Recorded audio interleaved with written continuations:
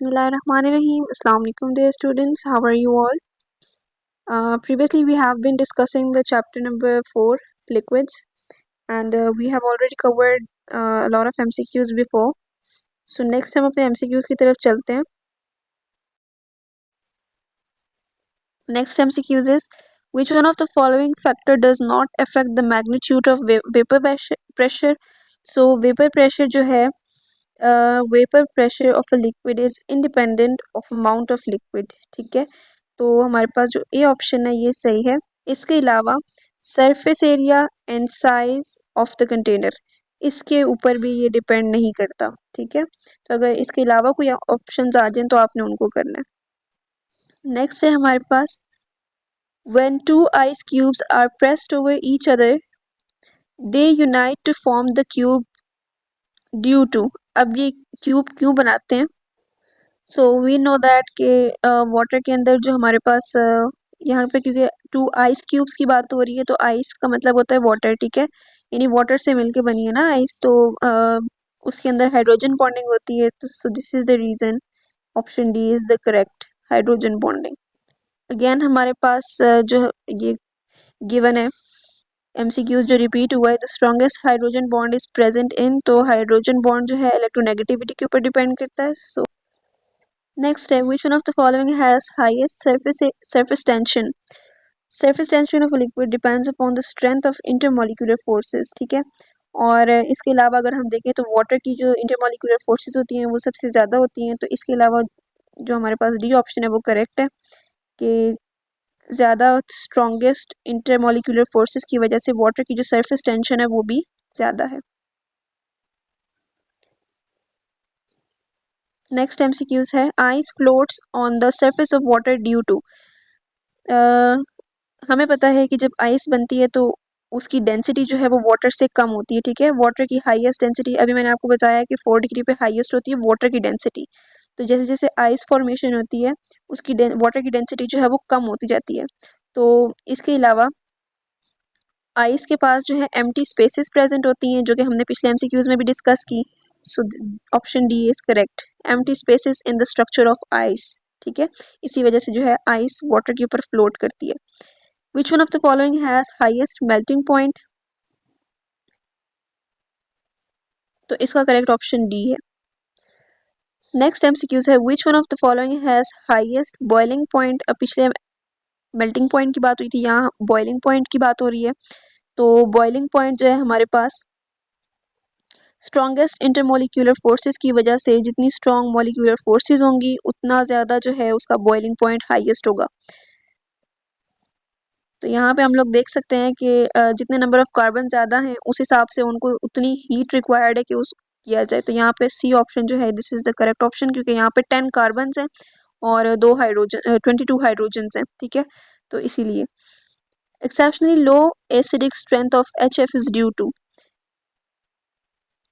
हमें पता है कि एसिड्स जो होते हैं वो इजीली हाइड्रोजन को मतलब रिमूव कर देते हैं अपने अंदर से. ठीक है, तो यानी जब उनको हम आयोनाइज करते हैं तो उसमें से आयंस की फॉर्मेशन बहुत इजीली होती है. लेकिन क्योंकि इन दोनों के दरमियान जो बॉन्ड है वो बहुत ज़्यादा स्ट्रॉन्ग है, ठीक है, और हाइड्रोजन बॉन्ड है इनके अंदर, इसी वजह से हमारे पास इसके अंदर से H को रिमूव करना यानी हाइड्रोजन को रिमूव करना बहुत ज़्यादा पॉसिबल नहीं है.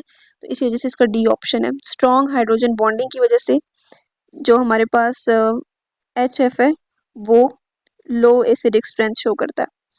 Which one of the following compounds has lowest boiling points? Boiling point सबसे ज़्यादा किसका lowest है? तो वही बात आ गई कि boiling point जो है वो इंटरमोलिक्यूलर फोर्सेस के ऊपर डिपेंड करता है, और हाइड्रोजन सल्फाइड जो है इसका सबसे ज़्यादा लोएस्ट है. तो इसका भी हमारे पास सी ऑप्शन है. A pressure cooker reduces cooking time because, अब प्रेशर कुकर के अंदर हम खाना डालते हैं कुछ भी पकाने के लिए, तो उसके अंदर जो भी चीज़ होती है वो जल्दी बन जाती है. उसका क्या होता है, क्योंकि जो उसका इंटरनल प्रेशर होता है वो ज़्यादा हाई होता है एक्सटर्नल से. ठीक है, तो हमारे पास जो यहाँ पे करेक्ट ऑप्शन बनेगा that is C option. In which one of the following molecules hydrogen bond is not present.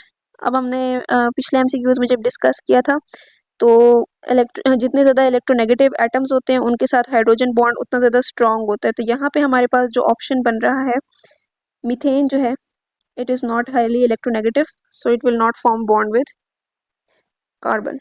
Okay. The distillation carried out under reduced pressure is called, ये तो बहुत ज़्यादा आसान है, वैक्यूम डिस्टिलेशन. नेक्स्ट है viscosity is the measure of. अब हमने इसमें बताना है कि विस्कोसिटी जो है, हमें पता है कि okay, so the internal resistance to its. Okay, so we know that viscosity of a liquid is basically the resistance of a liquid. ठीक है, यानी जितना एक लिक्विड फ्लो करता है, उसकी उसकी जो रेजिस्टेंस होती है, यानी जितनी एक चीज़ की डेंसिटी ज़्यादा होगी, एक लिक्विड की डेंसिटी ज़्यादा होगी, उतना वो विस्कस होगा. सो इसका हमारे पास करेक्ट ऑप्शन बी है. जस्ट यहाँ पे इसमें हमने विस्कोसिटी की डेफिनेशन जो है वो पुट करनी है. The two crystals NaNO3 and CaCO3 are both trigonal but they are isomorphs. ठीक है, इसका ऑप्शन ये इसलिए है because different substances having same crystalline form are called isomorphs of each other. तो यहाँ पे उन्होंने कहा है कि ये बोथ जो हैं ये ट्राइगोनल है, इनका जो स्ट्रक्चर है वो सेम है, लेकिन इसके अलावा फिर ये दोनों एक दूसरे के क्या हुए, ये आइसोमॉर्फ्स हैं. Falling drop of a liquid is spherical due to its so surface tension. Viscosity of a liquid decreases with the increase in, जितना हम टेम्परेचर ज़्यादा करते हैं उतनी एक लिक्विड की जो विस्कोसिटी होती है वो डिक्रीज होती है. ठीक है. The boiling point of a compound is mostly raised by, so किसी भी एक ऑब्जेक्ट का जो बॉइलिंग पॉइंट होता है वो उसकी इंटरमोलिक्यूलर फोर्सेस के ऊपर डिपेंड करता है. ठीक है, so this is the correct option. So we have discussed 22 MCQs. ठीक है, और बाकी इंशाल्लाह ताला हम बाद में डिस्कस करेंगे नेक्स्ट लेक्चर में. होपफुली ये आपके लिए बहुत हेल्पफुल रहा होगा. Thank you so much for watching. अल्लाह हाफिज़.